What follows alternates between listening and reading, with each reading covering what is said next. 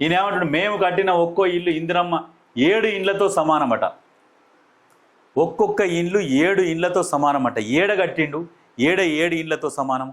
ఆ 7 ఇండ్లతో సమానమే కదా బిడ్డ. నీకు దమ్ము ఉంటే 7 ఇండ్లతో సమానం అంటున్నావు కదా, ఆ ఇంట్లో నువ్వు ఉండు, నువ్వు సంసారం చేయి. ఆ ఇంట్లో నువ్వు కట్టించిన ఇంట్లో నువ్వు ఉండు.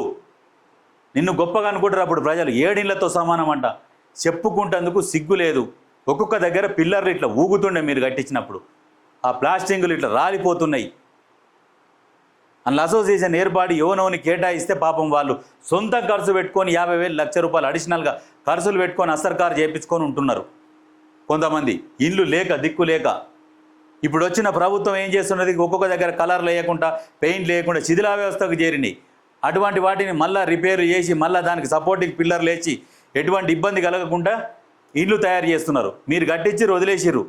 మళ్ళీ భవిష్యత్తులో అవి కూలుతాయేమో అని భయపడి ఇప్పుడున్న ప్రభుత్వం మళ్ళీ దాన్ని మొత్తం చెక్ చేసి ఎక్కడెక్కడైతే కొన్ని ఇబ్బందులు ఉన్నాయో వాటికి అన్ని మళ్ళీ సరి చేసి ఇప్పుడు అన్ని వంచుతున్నది. ఈయనంట 7 ఇండ్లతో సమానమంట. చెప్తాందుకన్నా లజ్జ సిగ్గుండాలంట.